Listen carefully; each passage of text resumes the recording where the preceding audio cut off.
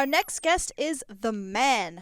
Please welcome back to the show former Navy SEAL and veteran advocate, Andrew Paul. Andrew Paul, welcome, my friend. Good to see you, buddy. Good to see you, too. Big topics out there going on right now, specifically with the police. You and I have had these discussions off air many times, and police brutality has been a topic ever since what happened in Ferguson with Mike Brown. That's been an issue. We've seen a couple incidents recently that came up where police officers shot and killed potential assailants. And now we're seeing attacks on the police. So I want to kind of go full circle with this with you because, as someone, a former Navy SEAL, who's protected the flag, served the country, what are your feelings basically on what you've seen from the actions that the police officers have taken in these situations?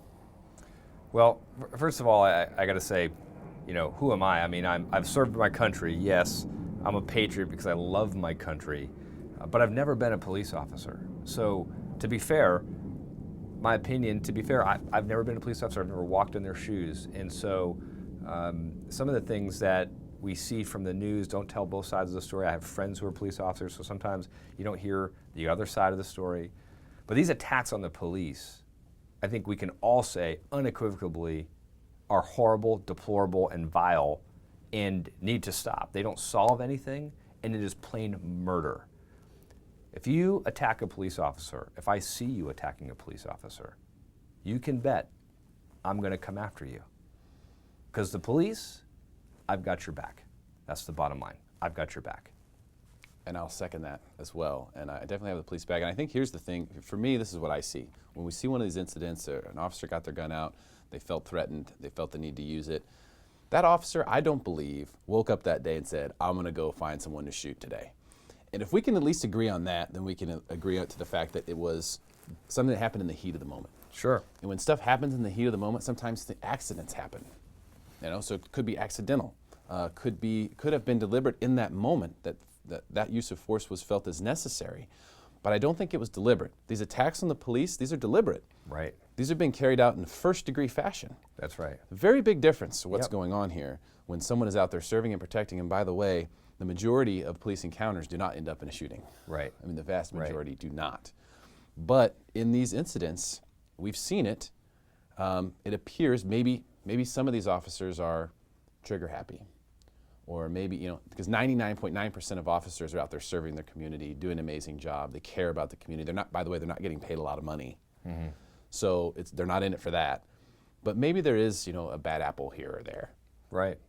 Well, I think that's true in any organization. And the reality is that in any organization, you've got people who are racist, who are bullies, who are maybe undereducated, undertrained, and things like that. And look, there are some police officers who were probably picked on as a kid, who finally grew up and got a gun and a badge and said, I'm going to go out there and I'm going to prove them now. And they're probably scared of their shadow. And maybe they do have some racial leanings, but it's a very small percentage.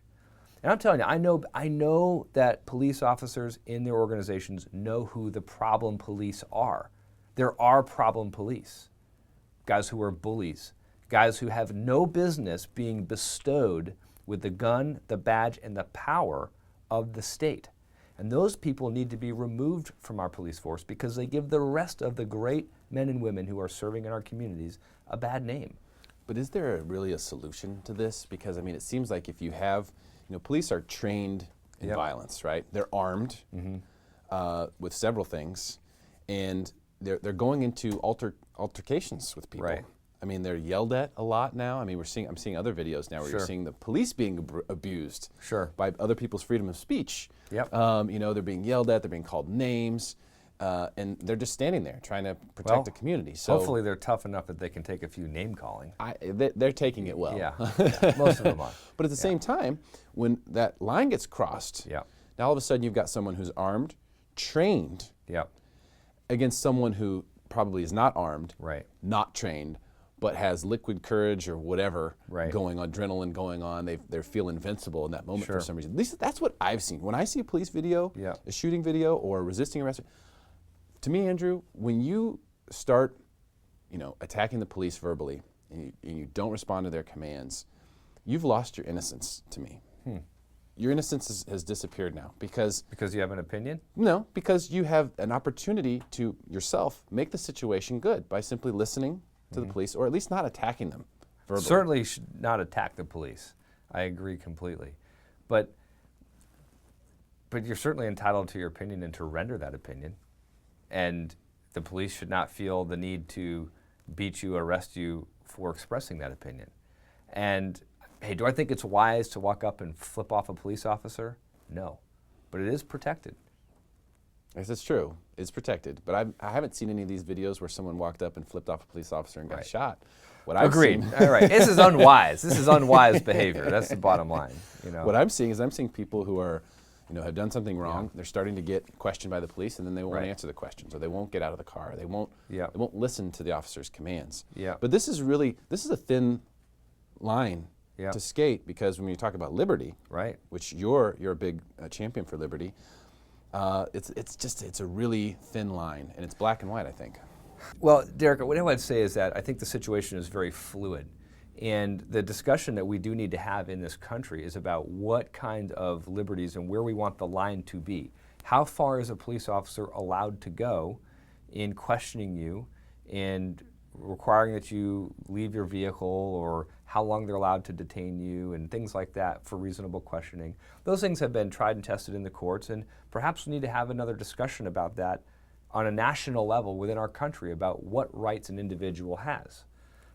But having said that, you don't have to answer a police officer's questions, and you should be presumed innocent until proven guilty. In fact, a good lawyer would probably tell you, keep your mouth shut until your lawyer's present. And that's just wise. I mean, the policeman's job there at that point a lot of times is to try and figure out what you've been doing wrong. And you may not have done anything wrong, but sometimes the police are looking to get a confession and to make that arrest or to prove what they believe has happened. And so maybe the wise thing to do is to just close your mouth. It is, but that's not what's happening, though. That's the trouble. So I'm Sure. and I'm not necessarily blaming the people who've been killed here. Right. But Well, I am saying on yeah. the side of the police, I don't think these guys get up in the morning and say, I'm going to go out and shoot Oh, somebody. absolutely. I don't think Absolutely. they want to discharge their weapon. I don't think they want to shoot Yeah. someone. I think it is an absolute last resort, and when for most of them, Yeah. there's some incidents maybe where that could be questionable. For the majority of them, especially the ones that happened recently, Right. that seem to have spurred the attacks on the police in Yeah. Dallas and Louisiana, that those were pretty, obvious that Well, it was a there's last resort. There's nothing that justifies the attacks on the police in Dallas and Louisiana. So it doesn't matter what has happened. That's never going to be okay. Now, as an outsider looking in, again, never been a police officer, so it's messed up to Monday morning quarterback in a lot of ways. But as a gun owner and somebody who feels the need at the appropriate time and place to carry a weapon for my own personal safety, you have to weigh what that responsibility is. When you carry a gun, for example, just because you have a gun on your person doesn't mean that you should go to that and pull it out in every situation. So some guy confronts you in the parking lot because he thinks you scratched his car. Do you pull your gun out? No, that's a horrible idea. Why? Because you've just escalated the situation and limited your options. And what I observe a lot of times is that just from the video that I see police officers drawing their guns very quickly. And I think that escalates the situation and then limits their option to the point where the only response they have is to then pull the trigger. And my question is drawing the gun always necessary? Because what it creates is an environment, and I've heard people say, of comply or die. So it's get out of the car. Well, do I have to get out of the car? Well, I'm going to draw my gun, and now it's get out of the car or I'm going to kill you. I mean, comply or die. So get out of the car or you die. Because if I pull a gun out and point it at you, Derek, I'm threatening your life. It's a pretty serious move to make. If you pull a gun on me, you've threatened my life, and I would be well within my rights to pull a gun to defend myself. How could anybody's reaction be any differently to that than a cop pulling a gun who doesn't even understand what may be going on, number one? Number two, when that police officer does draw his gun and the person reacts, maybe because they're scared or they don't know what's going on, or now what options does that police officer have? Very rarely does that guy reholster that gun and go to a baton at that point. They just pull the trigger. That's the reaction. Well, we're all taught, and they're well trained, that if you point your gun at someone, it's because you're ready to pull the trigger. Well, it should be the reason. Right. I was always trained, you never point your gun at something that you don't intend to kill or destroy. I think they're trained that same way. So, I mean, I think you're right. That probably is something that could be looked at, a protocol for maybe, Right. how to go down the line of this is what you do first. Right. If you really feel threatened, maybe go to the baton first, maybe go to the mace first, something else, because they have options. Yep. But you're right, a lot of times they do go straight to the gun. And I think it's because of how people feel when they're encounter the police. Mm-hmm. Tell us, what you think about that. Yeah, so, I mean, look, we're breaking apart a discussion. So don't lose sight of these things that I'm saying, that I love our police and I support the police. And I'm telling you, I have the backs of the police officers. But when you're driving down the highway and all of a sudden the blue lights come on behind you, is your reaction, oh, the police are here. I wonder what they want. No, your reaction is, what just happened, right? I mean, most people, when those blue lights come on behind you, it's a guttural reaction of, oh crap.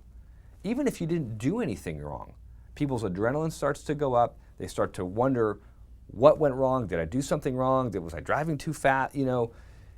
It's not a reaction of, oh, the police are here. He must want to see if I'm okay, right? And so if that's just what happens to the average person when the lights come on behind them when they're driving down the highway, what do you think happens when 5 or 6 of them roll into an inner city neighborhood with their guns drawn?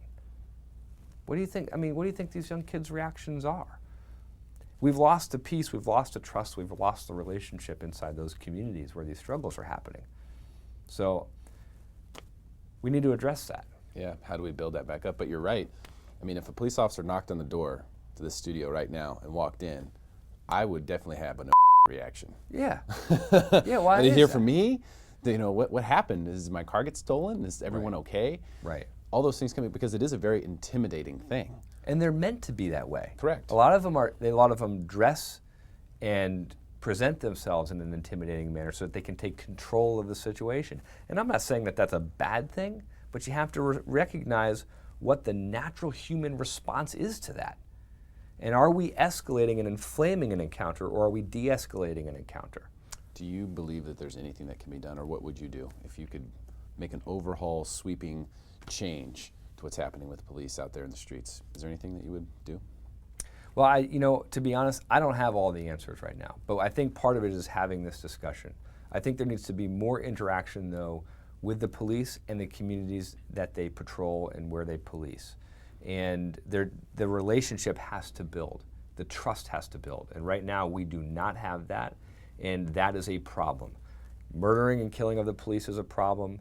The way in which the Black Lives Matter folks are feeling oppressed by the police, the degree to which it is legal or not legal, I don't know. I'm not in there myself. But clearly, there's been a breakdown of trust that needs to be addressed. And if effective policing is the goal, then I would think that the police would be open to more dialogue with the members of those communities. Totally agree. Yeah. Great stuff, Andrew Paul. Thank you so much for coming in today, man. Really appreciate it. Great to see you, man. Great to see you too.